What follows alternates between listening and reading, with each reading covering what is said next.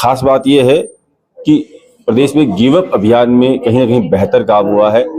सरकार को लेकर अक्सर कांग्रेस सवाल उठाती है, लेकिन खाद्य आपूर्ति विभाग ने कहीं ना कहीं एक मैसेज दिया है कि मंत्री खुद एक्टिव है, पढ़े लिखे हैं, इसलिए चीजों को समझते हैं, उसी का नतीजा। क्या किस तरह से देखते हैं गिव अप अभियान की सफलता जो है कहीं ना कहीं एक बेंचमार्क है आपकी गवर्नमेंट के लिए और खुद आपके लिए भी, परफॉर्मेंस के लिहाज से? देखिए, तो माननीय मुख्यमंत्री जी का प्रयास और उन्हीं का आशीर्वाद और उन्हीं का मार्गदर्शन है। जब हमारे 4,46,61,960 की जो सीलिंग सीमा है वो लगातार राजस्थान उसी के बराबर लाभार्थियां जुड़े हुए थे, तो माननीय मुख्यमंत्री जी ने निर्देश दिया कि इसमें हम कुछ नवाचार करें।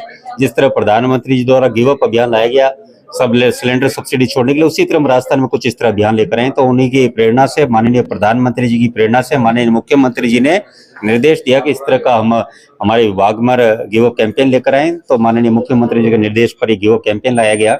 पिछले साल 1 नवंबर से और आज दिनांक तक लगभग 43,18,000 लाभार्थियों द्वारा स्वेच्छा से गिव अप किया जा चुका है, जिससे राजस्थान सरकार को 840 करोड़ के आसपास की राशि तो बच ही रही है।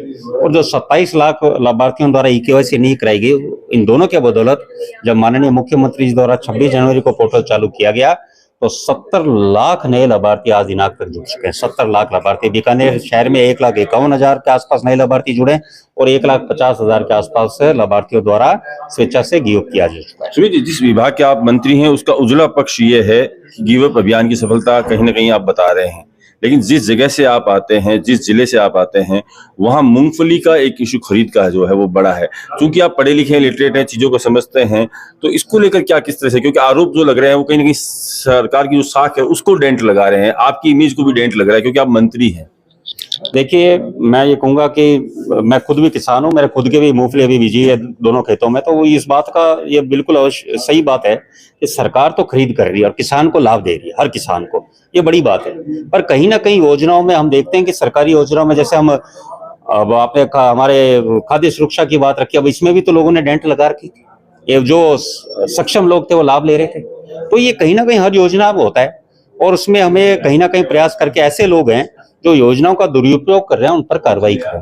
विभाग ने जिस तरह नए सेंटर्स खोले गए हैं और जिस तरह बिजली बिल अनिवार्य किए गए, इस तरह आने वाले समय में हमें मानना है, हम भी माननीय सीएम साहब और विभाग अधिकारियों में बैठक और माननीय मंत्री सहकारिता मंत्री का आगे रखेंगे, इसमें भी ई-केवाईसी कराएं, आधार कार्ड, पूरा टेक्नोलॉजी का उपयोग करें कि ताकि जो ब्लैक शीप्स हैं वो सारी इस योजनाओं का जो लाभ ले रही हैं वो दूर हो। क्योंकि यहाँ पे भी कहीं ना कहीं एक ऐसा माफिया डेवलप हो चुका है टोकन में, जो कहीं ना कहीं योजनाओं का दुरुपयोग कर रहा है और वो किसानों के हक को रोकने का प्रयास कर रहा है। और हमारी सरकार किसान हितैषी सी सरकार है। आज एक किसान को यदि 1-1, 100-100 लाख का लाभ दे रहे हैं, सिर्फ हम माने मूंगफली में, आप गेहूं में देखो, हमारा सबसे ज्यादा एमएसपी पे गेहूं यदि पूरे भारत में कहीं मिल रहा है तो राजस्थान सरकार दे रही है, केंद्र सरकार ने एमएसपी पे दे रही है, अच्छा सरसों में दे रही है। तो किसानों के लिए तो भारतीय जनता पार्टी, केंद्र राज्य सरकार दोनों हित में ध्यान रख रही है। पर जो ये कमियां जो आपके द्वारा उठाई जा रही है और बिल्कुल वो सत्य भी है, उनको हम बिल्कुल दुरुस्त करेंगे ताकि किसानों को गर्व भी हो कि भारतीय जनता पार्टी की किसान हितैषी सरकार है, जो उन्हें ना सिर्फ 6 घंटे लाइट लगातार मिल रही है। आज देखिए, जो मूंगफली का रिकॉर्ड तोड़ उत्पादन हुआ उसका एक बहुत बड़ा कारण है कि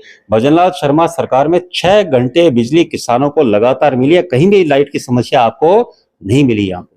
अंत का चुनाव एक और आपकी पार्टी का लिटमस टेस्ट है, वहीं डोटासरा जो है लगातार पर्ची की सरकार और सरकार में अगर सबसे ज्यादा किसी भी नेता पर विपक्ष में आप आरोप लगाए तो उसमें आप सक्रिय हैं। अंत का चुनाव किस तरह से देखते हैं जब डोटासरा आरोप?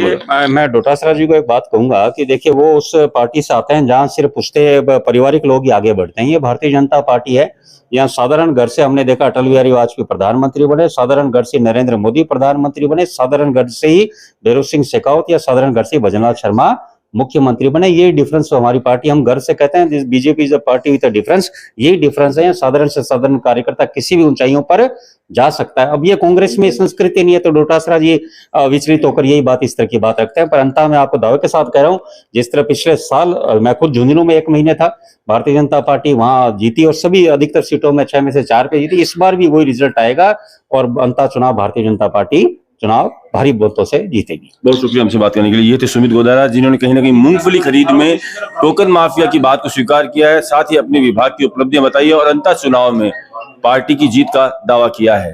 बीकानेर से ईटीवी भारत के लिए अरविंद व्यास।